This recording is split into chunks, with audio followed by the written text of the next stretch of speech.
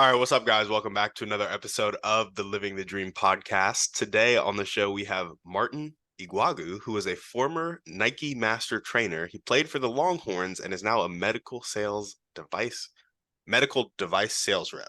My bad, I butchered that. In Austin, Texas. So, Martin, how you doing, man? I'm doing great. Thank you for having me on. Looking forward to I've listened to a couple of your podcasts and interviews. Love the people you interview. Tremendous value. So I'm excited to be on here. Yeah, man, we are excited to have you, and we like to jump right in. So, if you could start with just telling us a little bit more about yourself and what you like to do for fun, that'd be great. Yeah. So last name, I think is the first thing that kind of hits people. So last name is Nigerian. I'm first Yep. generation Nigerian American. Family immigrated from Nigeria, 70s and 80s. See, grandfather went to University of Texas. Mom went to Texas Tech. Dad went to A&M.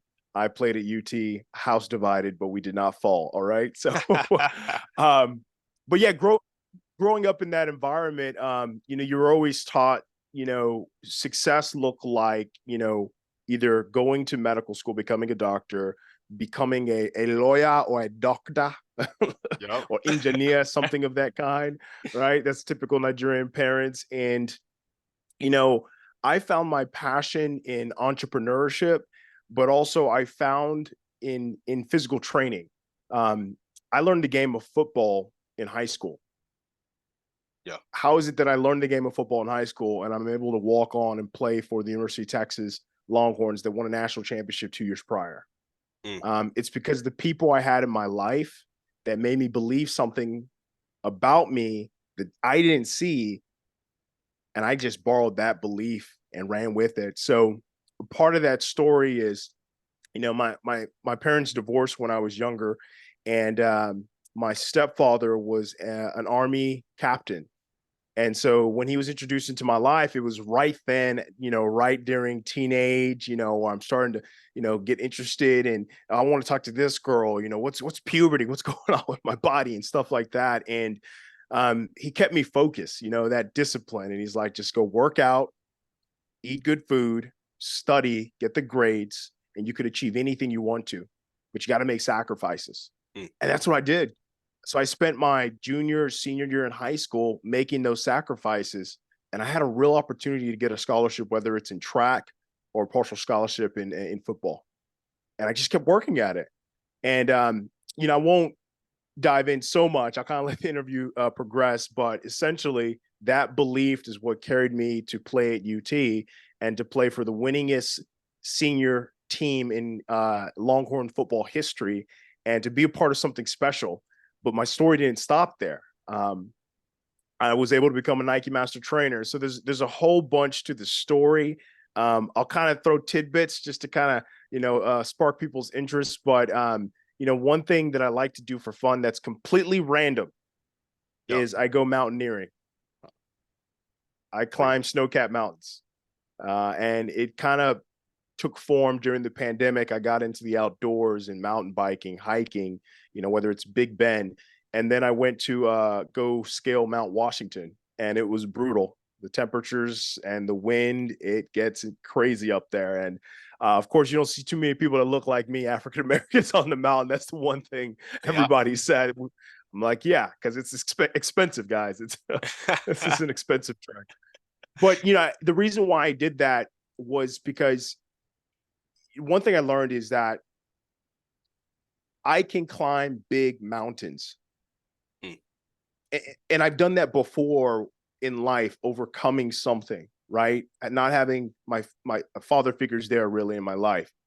Seeing abuse to people that I love, whether it was verbally or physically. I experienced it, I saw it.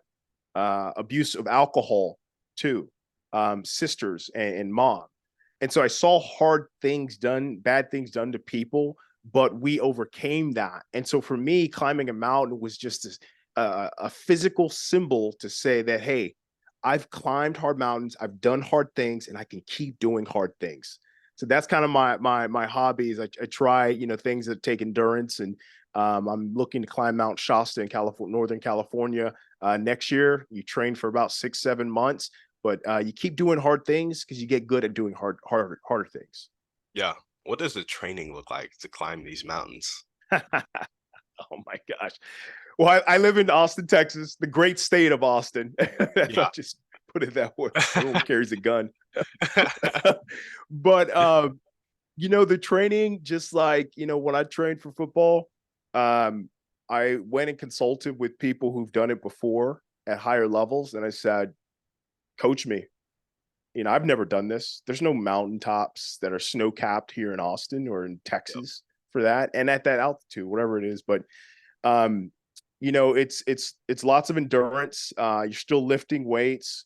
You're trying to mimic just that elevation and just constantly climbing like stairs. I'd get on the stair climber for 2 hours at a time just to get used to constantly moving.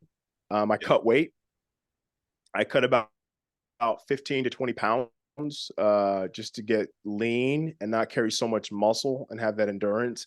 Did a lot of cardio, strength training, more like pull-ups, push-ups, calisthenics. Because you don't realize how much of your arms you use, as you're using your sticks to be able to trudge through the snow, right? And your core stability. And so it looks like 2-a-days for about close to 6 months Mm. of just focus. Lift weights in the morning, do your cardio in the afternoon, and then eat good, get sleep. I heard LeBron James in one of the interviews say that the greatest performance enhancement drug is sleep. And we tend to undervalue that because we focus so much on the physical aspect of what people see. They can see me training. It's a Rocky montage, right? They can see me eating healthy food every millennial with a green smoothie that costs $20, right? Like you Yeah. can see that. But what they don't see that's not sexy is you actually, what is the quality of your sleep look? And I think some of the research right now is showing that if it's, as long as it's not less than 4 or more than 10, and it's more about the quality of sleep that you have, that is more important as opposed to I must get 8 hours or 7 hours of sleep. Some people get 6, but it's the quality of sleep that they're getting that actually means more than actually just this number you hit, this arbitrary number. So Yeah. I gotcha. And so you said success looked like, lawyer, doctor, engineer growing up, but you went more into entrepreneurship. So tell us about that that divide between what you want and then what your family wanted for you. Like, how do you navigate that? Was it hard to navigate? Was your family kind of pushy? Tell us about that. it was. As a kid, that's all you're seeing, right? Every Nigerian older parent is a lawyer, doctor, engineer. And so you don't really know that there's anything else out there. Yep. But I saw that my grandfather and his brothers, and I had uncles that I found out maybe in the last month, they were all entrepreneurs. Mm. Like they never brought that up whenever I was in college. And it's because they said that this is safety, right? Like when they came to America, they had nothing. America is the land of the opportunity, land of the free, right? And so if you can go to school, you're guaranteed, and I put air quotes there because nothing's guaranteed, but you can get a high paying job and consistently be employed so that you can make more money to give back to your family at home. Mm. Right. So Yeah. there's tons of, my mom's a nurse, my sister's a nurse, my little sister, my twin sister, or she's a nurse practitioner. My twin sister's a nurse. And then they asked me to be a nurse. I'm like, guys, I don't think it's for me. And I tried to. And I studied biology for 4 years at UT. It was hard work just to get a B for me in the class, right? Yeah. And I knew I wasn't going to go to med school, but I can try hard enough to at least get in, just because I didn't know what else to do. I didn't know what possibilities were out there. So when I got to college, this is about the time when Facebook and social media was kind of popping off, and I'm getting exposed to different ways of doing things.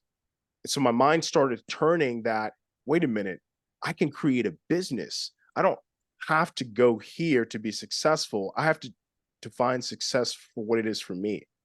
And so I started reading books about business and entrepreneurship and lifestyle, time freedom, and taking your time back from the man, just all these Yep. different books, right? Think and Grow Rich, right?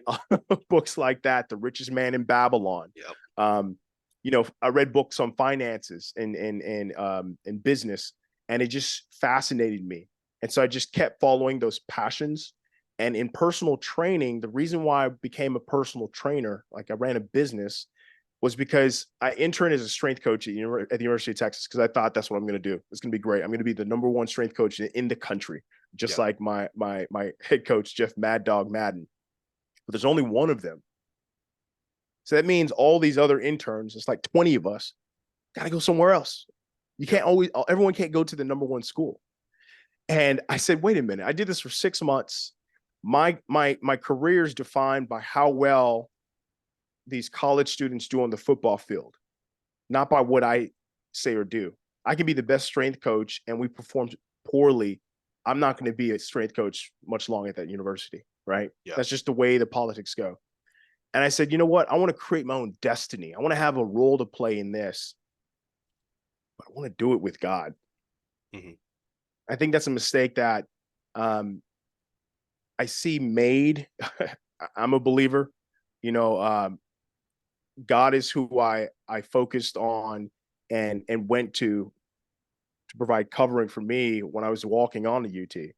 I had a personal trainer train me. He was a walk-on at A&M, and he's like, this is what you have to do in order to make it as a walk-on. And I did that. And during that time, I was making sacrifices, cutting friends off. I got more into my Bible and praying and reading what God has to say about me. And I'm just like, wait a minute. Yep. If I'm more than a conqueror, Lord, if I can do anything in you, with you, what does that look like? So I started to dream. I write vision boards. I started to take clippings and put it on my wall. And I'm like, I want to walk on the UT. I want to start a business. And Lord, how are we going to do this? Right? Inviting him to participate in what I'm doing. And the amazing thing is things started kind of coming together. I started a business in my mom's garage, started painting the walls, buying equipment, and I started getting clients. I wasn't making any money. I needed to make a living.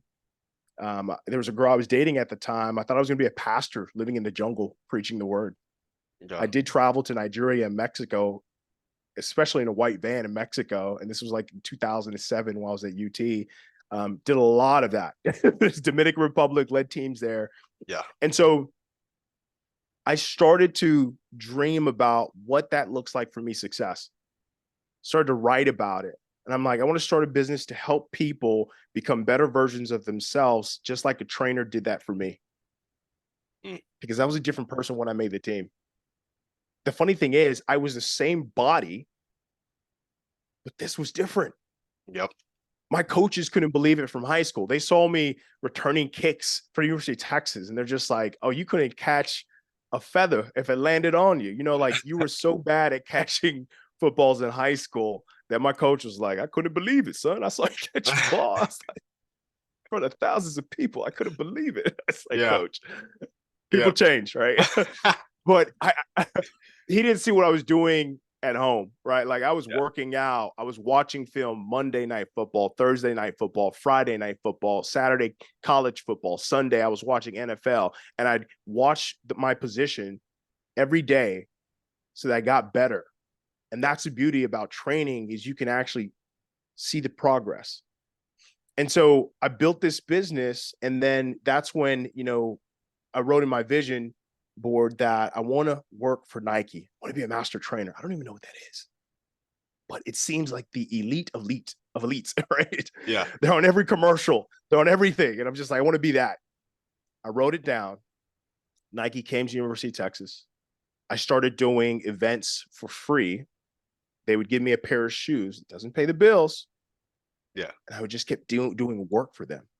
But I was at the right place at the right time. Texas was winning. We're a Nike school. Nike's about to launch the Nike Fuel Band, which is the fitness wearable that was paired up with Apple technology. And then they launched the Nike Training Club app. And they were looking for young, fresh personal training talent to go and push this to the masses. Yep. That's what I did. I was there at the right time when my passions met the world's hunger. And that's what someone told me defines purpose. When your innermost desires meets the world's hunger. Yep. You gotta like it. But also there's people that need that. And that's what I started doing.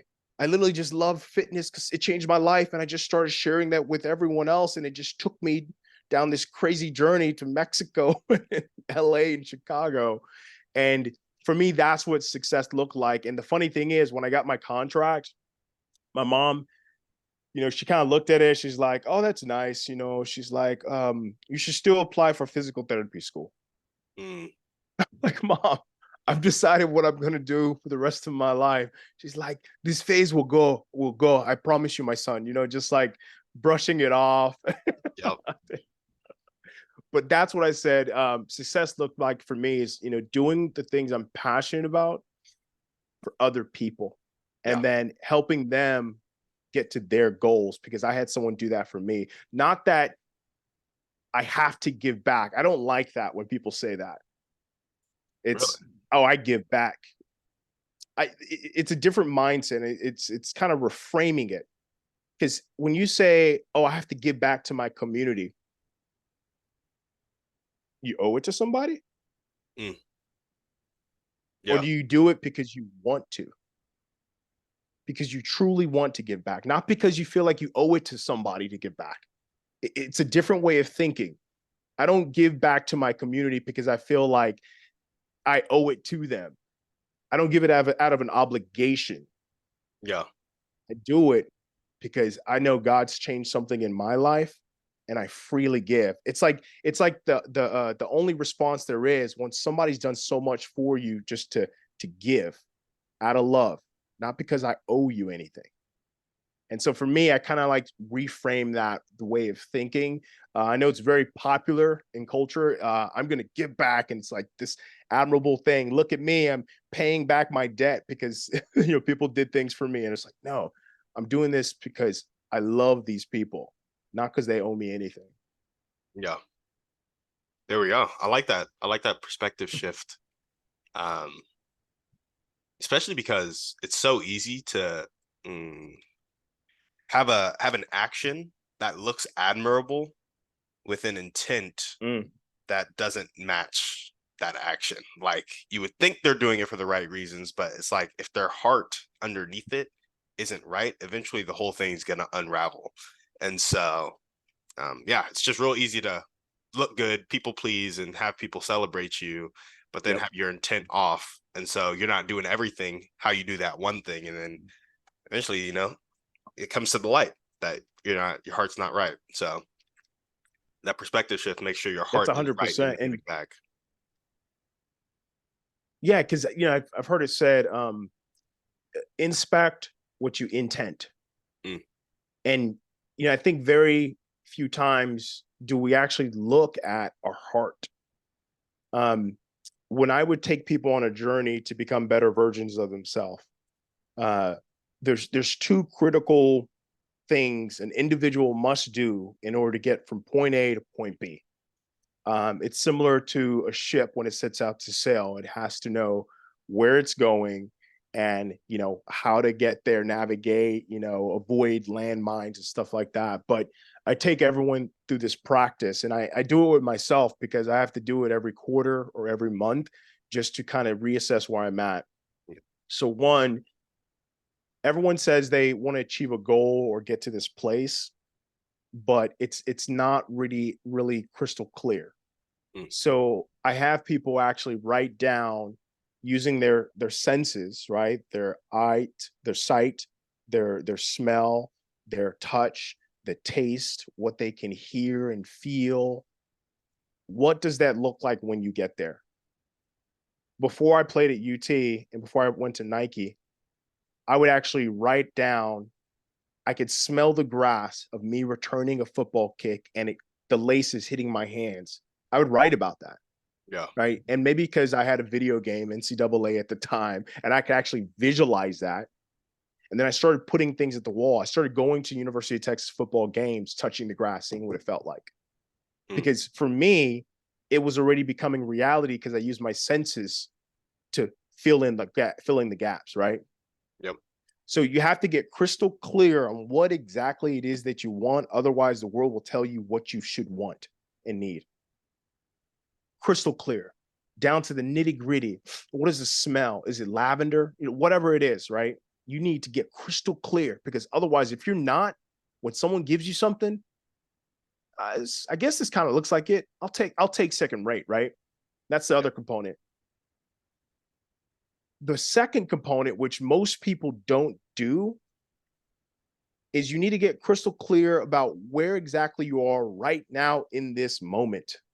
See, what I find is that most people live in no man's land, just kind of wandering, not really understanding the metrics of where they're at, right? I'm this age. I live in this house. I'm in school. I don't have a job, right? Like getting a clear picture of where exactly you are, not where you think where you would like to be, like, I'm not making enough money. Okay, what's enough? I need you to write down specifically metrics. We measure through metrics, not through feelings and emotions. Yeah. So once I get out of this no man land and I'm crystal clear on exactly where it is, where I want to go, point B, now I can start to map out a journey, right? I can actually use MapQuest to determine where I want to go or how I'm going to get there. But Yeah.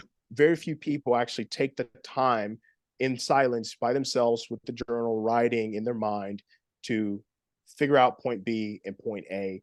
And I take every one of my clients through that. And the ones who don't do that, more times out of not, don't ever achieve their goals, because they're not willing to pay the price now for who they may become later. And that's the price you pay, is actually getting clear, crystal clear. Yeah. I like that, where you took that crystal clear too, like involving the senses, being able to see it in your mind, because you can like, if you like get angry at somebody, you ever had an argument with somebody in your head, and Mhm. like Yeah. you never really had that conversation, but I feel like that is a common thing that people experience, but people get skeptical about this really visualizing stuff. But think about how when you had that argument with that person in your head, you got angry, like your body felt the anger, or maybe your temperature changed a little bit. And so it's like thoughts like evoke emotion, which eventually evokes action. Like when you saw that person, you probably weren't as happy to see them as you could have been, and you acted accordingly. Yeah. And so I very got some words for similarly, you. when you're visualizing your goals and you make it really detailed, like that conversation was detailed. You were guessing what they were going to say, you were responding for them, and then you would go back and forth and back and forth and back and forth. Similarly, with your dreams and goals, or with whatever you're trying to do, whoever you're trying to become, if you go touch the field, if you go catch the ball and you know what the ball feels like, and you've like put yourself in that experience, the more you do it, the more that like thought will evoke emotion, which will lead to action, which will lead to that result. And so I'm a fan of that crystal clear nature that you were describing. So Tim, you're speaking my language. And, I love how you took it there too, because um, the senses, and you said something that's important, right? Like the things we're thinking and telling ourselves, right? It's almost like a story we're telling ourselves about people. mhm. And it could be our own voice. It could be them talking in our own mind, Yep. saying, words, and we're accusing them, Yep. right? And so one thing I realize is that, right, everything that's created is created twice. Yeah. You do it, I do it, Apple does it. Before the Apple computer was created, it was already created in the mind, Yes. right? The phone, the laptop, my business idea, your podcast. You had to create it here before it was ever physically created in this world. I believe that we are creative beings Yeah. because we're created by a creative God, Mm. right?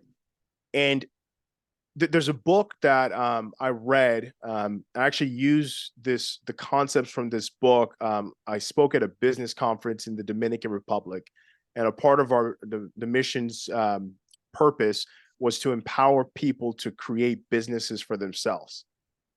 Yeah. And I said, okay, Lord, what do you want me to speak about? And there's a book called Creative Confidence. And the guy who authored the book, I forget his name, but he essentially designed the first, Apple computer, the desktop computer, like the vibrant colors, Yep. the hot pink. He designed those in the mouse.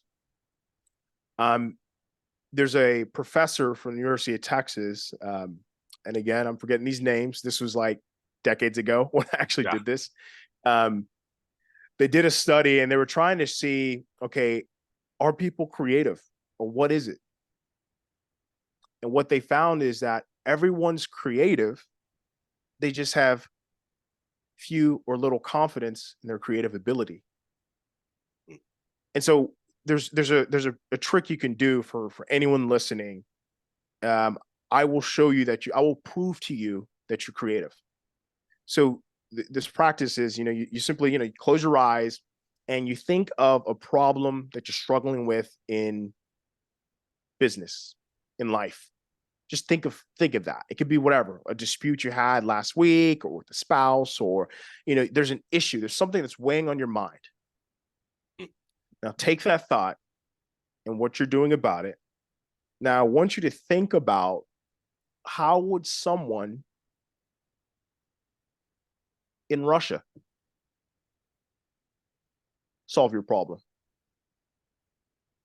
Okay, maybe not. Let's touch Russia because there's currently a war going on between Ukraine and Russia. Okay, what about Nigeria? How would someone in Nigeria solve your problem? Maybe that's too far. Let's go close to the border. What about somebody in Mexico? How would they solve the problem that's weighing so heavy on your mind?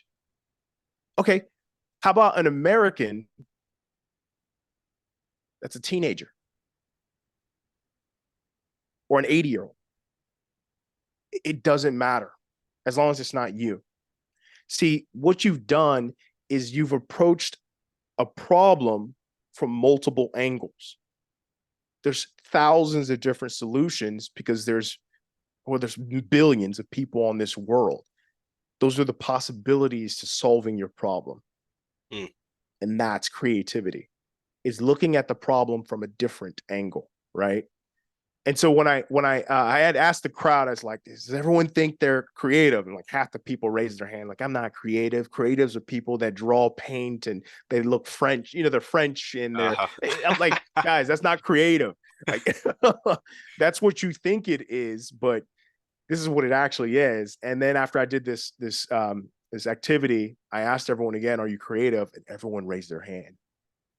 And I got them to reframe what they're thinking. Yeah. And so there was also something you said about, when you feel angry, you feel it in your body. I Hmm. think that's important. Um, as I started training people more and more, I noticed that they would come in stressed.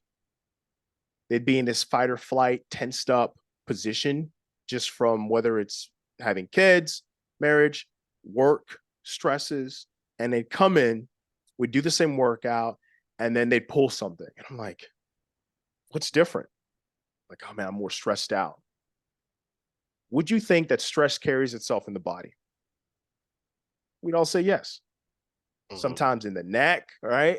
People get Uh-huh. the massage, right? Yep. Your jawline, because you're just like, you're just angry at somebody. Your, Uh-huh. your eyes start to squint, you get wrinkles, your eyebrows furrow, right? Like there's a physical change to the body when you're angry. Now, when somebody's smiling, they're cheesing, right? You can see their teeth, it's Yep. bright, and you could see that. There's a physical change. Yeah. What if I told you that you could change your state? And so people, when I tell them this, are like, what do you mean? Like change my state, right? Like you control how you feel, but you can do something physical to control how you feel. Yeah. They're like, huh? Like, yeah, it's science. So think about it. When you're mad, you have this deep breathing. I'm just gonna, or when your heart's racing, right? Your Uh-huh. breathing is rapid. Yep. So it's associated with that.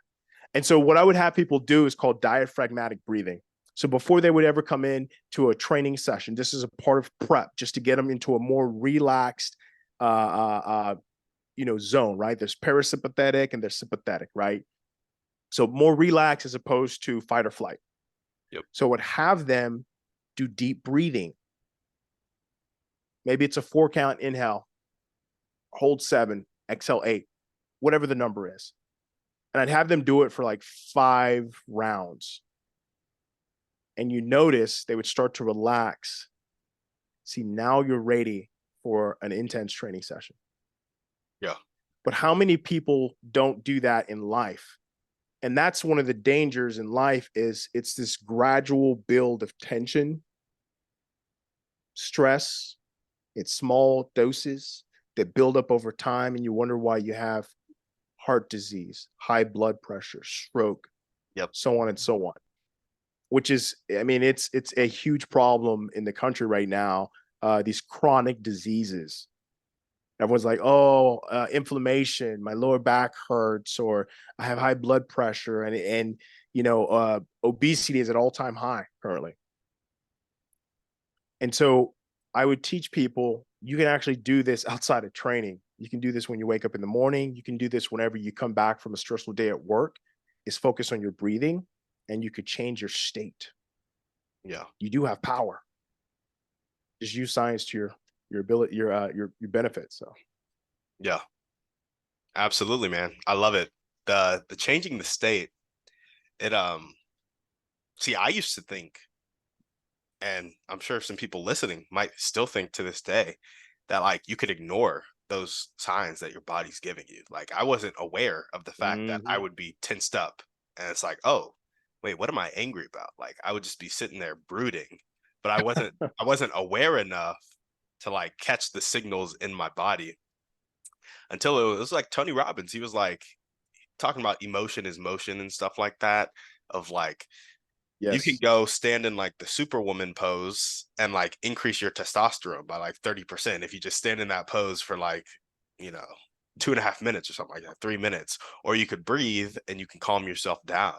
And it's like, I just always thought that stuff was stupid as a kid. But then I see it like actually having an effect on my body and stuff. And yeah, I'm right there with you, man. It is changing your state. And then like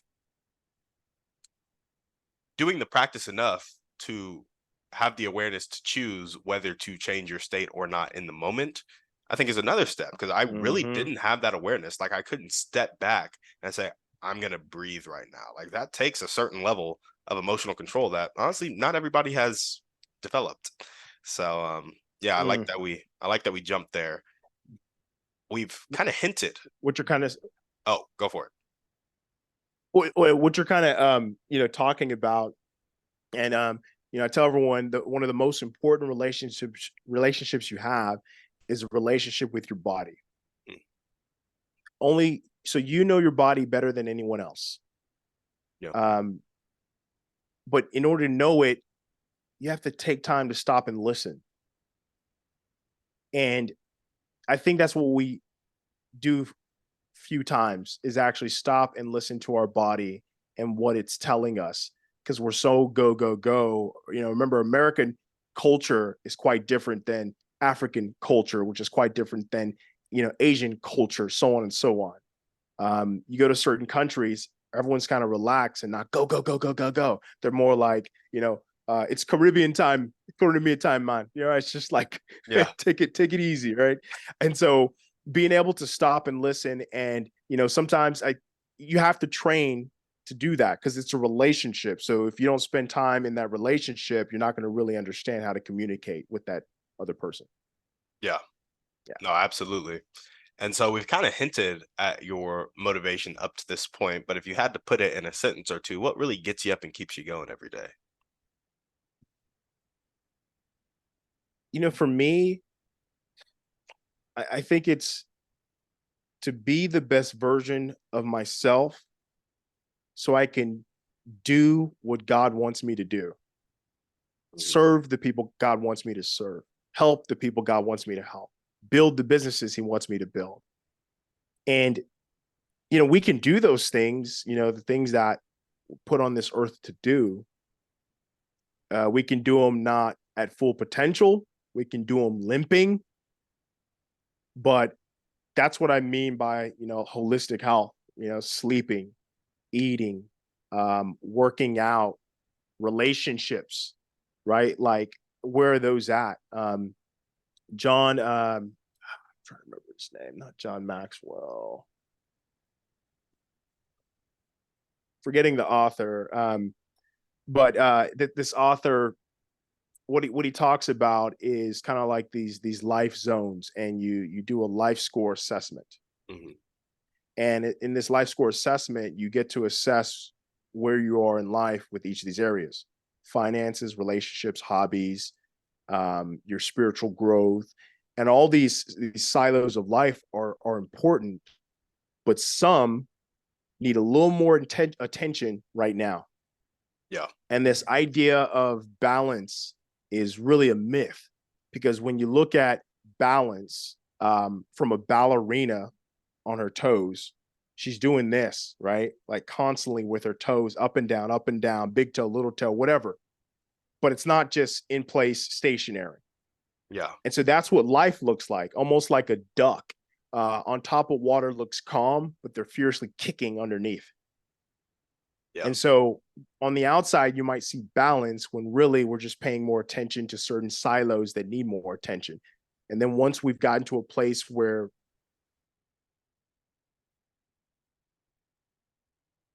that's somewhat, and so yeah, for me, that's what I look at is these different silos and getting in tuned with, where's my marriage at, where's my relationship with my kids at, and that helps me determine what I'm going to focus on, because really that's what's important in life. Yeah. That helps me be the best version of myself. 100%. So motivation is being the best version of yourself so that you can do what God wants you to do. And in the day to day, that looks like that balancing act. It's not achieving balance and Mm, keeping it there, but it's more of a balancing act of looking at what needs you when and how does it need you to show up, and then balancing that. yes. Okay. Mhm. Well, let's jump into your dreams and goals, man. Tell us about your vision for your life, your business, and family, and all that good stuff. Yeah, so I have two girls. One's 4, Mila, and a 1-year-old named Reese. You know, want college to be paid for. Looking to get into real estate. I need to talk to you more about that. Oh, for sure. We have I guess a family compound in Nigeria that is going to be passed down to generations of Egwuagus. And so, I think about legacy often, um, financial and spiritual and health Yep. in those silos. So from a health perspective, this is the type of food dad eats because this optimizes his body. Dad gets sleep because I can show up to be my best self for you, right? I can serve you in a greater capacity when I'm at my best self. So that's why I work out. I do hard things so I get used to doing harder things. Financially, we paid off over $130,000 worth of debt. This was school loans, credit cards. We actually took our family through Financial Peace University. And so we were able to become consumer debt free, savings of 3 to 6 months. And so now investing, saving, and then also giving Yeah. to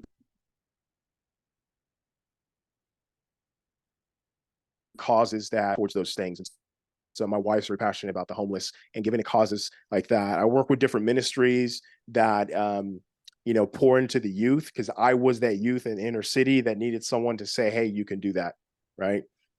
So financially on that end, and then building a business. I'm an entrepreneur currently. I had shut down my fitness business after 15 years during the pandemic. And so I needed to make a transition just to make sure, family's taken care of. And so now I'm kind of at a point where, I definitely feel like the Lord is leading me back to entrepreneurship. And so currently exploring, different opportunities or what that looks like. But I'm like, Lord, let's come together to do this, and not me willfully, I must make this happen so I can like stamp it and say, hey, I created this business. That's not what this is about. Because if it's going to last an eternity, then it's going to be with God.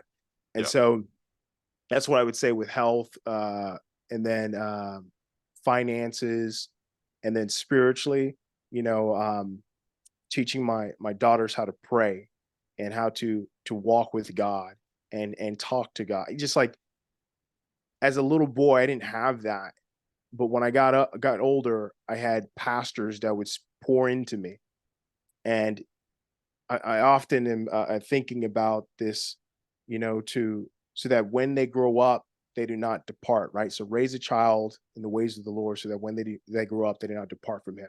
So I constantly am thinking about how can I teach them more about God, whether it's through children's books, books on this walk with Jesus, books on finances. Little Ninja, I forget what the name of the book is, but we're currently reading, a couple of those children's book towards finances. Yeah. So my 4-year-old knows about investing and knows about giving and knows about saving. So more so their legacy, so that when they have children and their children's children, they can be taken care of. So I often think about that. And that's the part of the reason why I even started this whole financial journey was I saw, my mom, single mom at the time, raising 4 kids. She was working 2 jobs as a nurse. We were living on food stamps. I knew what powdered milk was, big blocks of government cheese, and getting all this government subsidy. I knew what that's like. Yeah. But I didn't think anything of it. That was just life. And so seeing where we came from and what my mom's been able to achieve to get us to where we are, I want to be able to make sure my kids never have to go through that again, and their grandchildren and children's children don't do that. So definitely, I'd love to follow up and talk with you more about the real estate. It's something that I've been definitely fascinated by, and am looking to learn quite a bit more. Yeah. No, absolutely, man. So we get the college paid for your daughters, investing, saving, and Mhm. giving to various ministries, building a business, and then teaching your daughters how to pray, walk with God, and talk with God. Yes. Okay. Talk to us a little bit about the business and then teaching the daughters how to pray. I want to hear more about like what business ideas have been on your head, where you kind of at with that, and then what does it mean to teach your daughters how to pray? Yeah. So a couple businesses, just personally, I've been really good at coaching, people, and I've lived the holistic life. Like it's not something that I have to strive to do. And so it's something that comes naturally to me. I'm actually just finishing up this holistic nutritionist certification today. I'll finish it and be Yeah. certified. Primarily because my father had 2 strokes. And so again, it's like, how can I help people avoid one of the most avoidable things, heart disease, right? Like these things that many people I know are plagued by. And I'm like, you can do something. It's not just take a statin. Don't just take this medication. That doesn't treat it. I want to empower you to make decisions about your life so that you can live a long and prosperous life, not plagued with these disease and ailments at later stages. And so, a coaching business of sorts Mhm. is kind of where I'm gravitating to, and then also looking to get into real estate investing. Yep. Um, Currently reading a couple books. It's definitely something that I've not done before, but I love that because it challenges me, and I can pull from different people wealth of knowledge, and definitely something I want to pull from you as well as an expertise. Just where do you even start? Where do you even begin? Yeah. Um, so that's what I'd say about business. Prayerfully, more is caught than taught. And so starting off praying in the morning with my daughters, praying at every meal with my daughters, praying at nighttime before they go to bed. Whenever we're faced with the decision, showing them that daddy doesn't have it all figured out, that he actually relies on God for figuring things out. And so showing that vulnerability, being transparent, um, crying in front of my daughters, I feel like is so powerful, Mhm. right? Like when I'm sad or upset, actually putting words to how I'm feeling, which is something that's understated, but it's healthy for the individual going through it, but it's healthy for the kids that see that. The funny thing is Daniel Tiger, of all things, this kid's cartoon, right? Yeah. It teaches kids emotional intelligence. Most adults don't have that. True. Instead, when they get upset, what do? They passive aggressively do things, right? Instead of just like, I'm upset Yeah. and actually putting a name to it. So now you can do something about it. And so doing that in front of my girls, crying or being sad or angry, um, My sister passed away in 2019. And for them to see me crying, I thought I had to hide it because that's true strength. That's not strength at all. Yeah. That's showing potentially destructive habit when they grow up. Is that when you're in pain, you keep it to yourself. I go and talk to. I have elders that I go and talk to, older people, older generations that I meet up with and have coffee with, because I got to understand that we got to have people younger than us that we pour into, and then people older than us to get poured into, Yeah. vice versa, because it completes this cycle of life to be able to gain wisdom and knowledge and to give wisdom and knowledge and serve.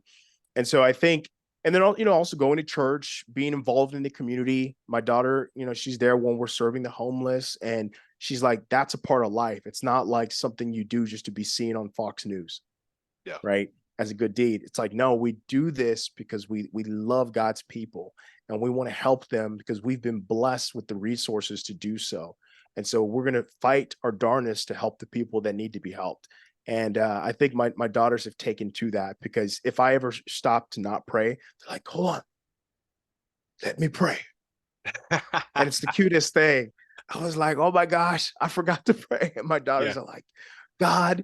And, because I mean, it empowers them at a young age. Yeah. You can pray for the sick. You could pray healing for the sick. You don't have to wait till you're a pastor.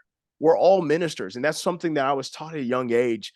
Maybe it's the mad African that comes out inside of me. Okay. So I promise you, I'd tell you about my last name. Yep. Go My for it. last name means fearless lion, Egwuagu. Mm. My family comes from the Igbo tribe, and they're also a war tribe, a warrior tribe in Nigeria. And so when I go to weddings, older Nigerian women are doing the war dance. Mm. I'm like, there's a fire inside. I want you to know that you're special, you're unique. Don't let anyone tell you that you're not empowered by God to do incredible things on this earth, but you got to trust him and have big faith. And with my daughters, it's like, hey, if someone's not feeling good, if someone's feeling sick, I want you to lay hands on them and believe God for the best.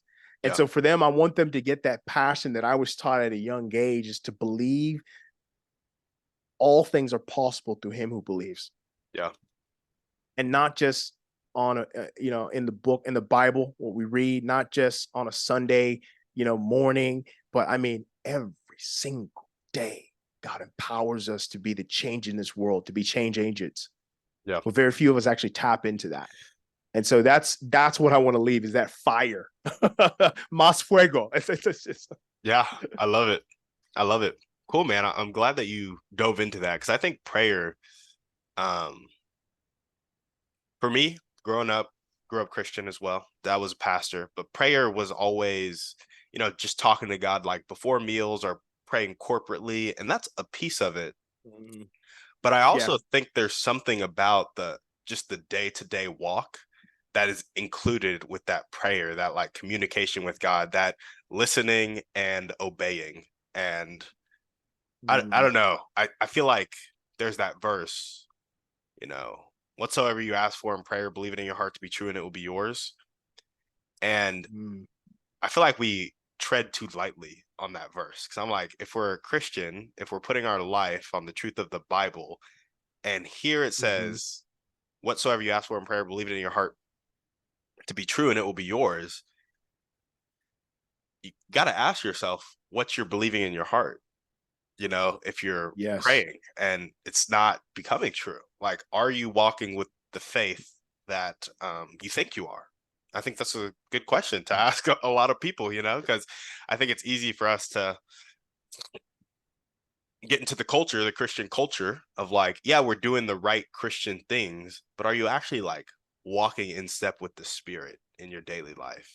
And that's always a question to be asking. So that's why I asked that question. I love that. Curious on your take, but Thank you. Thank you for asking that. yeah, of course.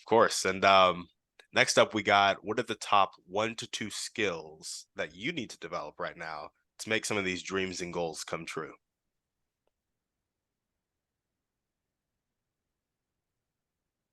Really good question. I'm definitely type A.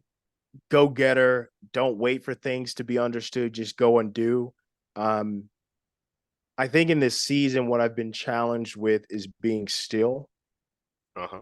Yep. Like, there's a way to intense amounts of stress and high blood pressure. I've experienced that in my life. Like if I want something, I go after and get it. Right, whatever it takes. Just staying up late at night, all of those things. And I think we tend to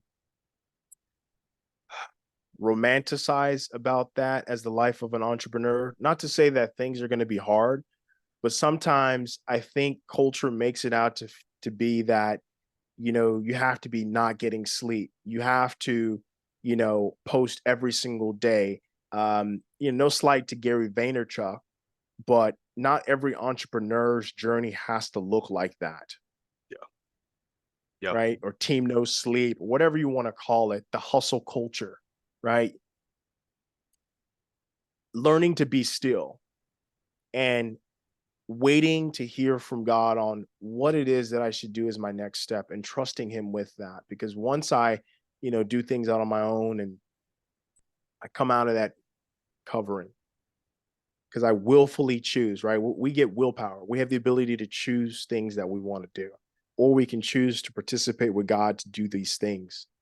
It doesn't mean it won't be hard, as we see in the Bible and the journeys of David. But there's a certain like providence, like a covering. He'll open doors to these things. But learning to be still, and I'm not a still person. Some people might say, "Oh, yeah, I think you have ADHD." I don't know, but I Yeah. love to move. When I move, I think. Which, Yeah. so yeah, I think learning to be still is something that I'm still practicing. Like in the morning, especially to plan out. It's like I'm going to start my day with the Lord, and not I got to do this, I got to do this, I got to do that. I want to be empowered by the Spirit, right? Yeah. And then I think the second one, um,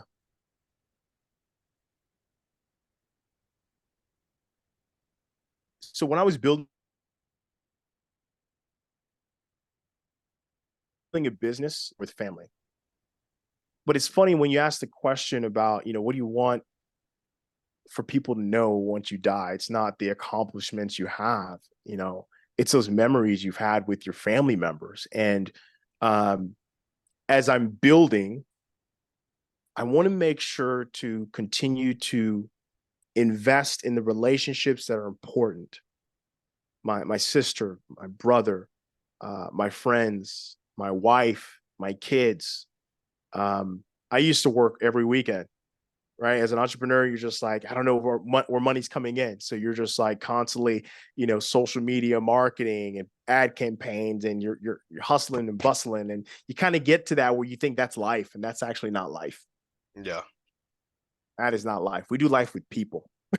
Yep. And so spending time more, like actually carving time out each day to like pour into this relationship. Here's date night with my wife. Here's this older gentleman that I meet up with just to gain gleans of wisdom from someone who's 30 years older than me. Yeah. No, he's 40 years older than me, right? He's 76. Mm. And so I think family and relationships, like actually investing in time, having fun, don't forget to do that with them. Yeah. My buddies, we traveled together. We went to Beijing, and celebrated all these different job opportunities. I started a business. One worked for under the Obama administration. This other crossed over into a fraternity, all these different things. So we celebrated and we had the time of our life. And the funny thing is, no matter what we've accomplished in the last 10 years, we always go back to that trip. Yeah. You remember when we partied on the Great Wall of China? I just like, that's what we remember, right? Yeah. Like, that's the most important thing. And I'm Uh, just like, yes, right. My daughters, they're going to remember going to a water park resort, right? It's like a safari style resort here in Round Rock, Texas. That's what they're going to remember. Not daddy, made this amount of money on some deal with a hospital. yep. They don't care. Yeah. They're just, are you listening to do you care about the things I care about? And so, yeah, I'd say those things, being still, and then relationships, investing in those. I got you. Okay, we're gonna wrap it up with these two more questions. What character trait do you most need to develop right now to make your dream life come true? And then I'll ask the second one after you answer this one. So go for it. Okay. So what character trait? Can you Mhm. repeat that question? What character trait do you most need to develop right now to make your dream life come true? If any, maybe you got them all. Mm, mm. That's a really good question. I think learning to not be self-reliant, That's a good one. giving up some control, yeah, to God. So I gotcha. And then if there were one or two people you could meet right now, and this could be a specific person or a type of person, and they'd really help you take that next step towards your dreams and goals, who would they be and how would they help you? mm. Well, I admire quite a bit of people. I'd love to meet Denzel. Mm, I mean, his movies have inspired me. And in order to portray people or characters, the things he's experienced in life, he draws from those experiences to create these characters. yeah, yeah, Um, I think he's just incredible person. Because in spite of everything he's accomplished, his family is still there, right? You see in Hollywood that there's divorces and so on, but to be able to keep that, I'm like, that takes a unique individual, unique household. They approach things differently, and so I'd love to just talk with him. I know he's a Christian as well, from my understanding, but yeah, I'd love to talk to him, to Denzel. there we go. Well, awesome. Martin, that is all we got for you today on the show. Is there anything else you want to chat about before we sign off? Tim, it's been a pleasure. This has been a true delight, just to my Friday morning, and I'm looking forward to just getting to know you more as well, and what your things you're interested in, what you're up to these days. I know we just briefly were introduced through a mutual friend and Peter, but we need more people like you doing this. So I want to say thank you. I guess in today's age, everyone's like, I'm going to give you your flowers. But thank you for what you're doing and creating a platform for people to be inspired and motivated and to positivity into people's lives, transformation through words, and to speak life over people. So I value you, honor you, and I just want to say thank you for this opportunity. Well, I appreciate that, man, and thanks for coming on the show. Absolutely. Awesome. Well, if you guys are listening to this and you loved what Martin had to say, make sure to check him out. All the ways to do so will be down in the show notes. And if you're looking for some holistic coaching, bother him about it. Hit him up about it. So yeah, thank you guys for watching. We will see you on the next one. And on that note, we're out.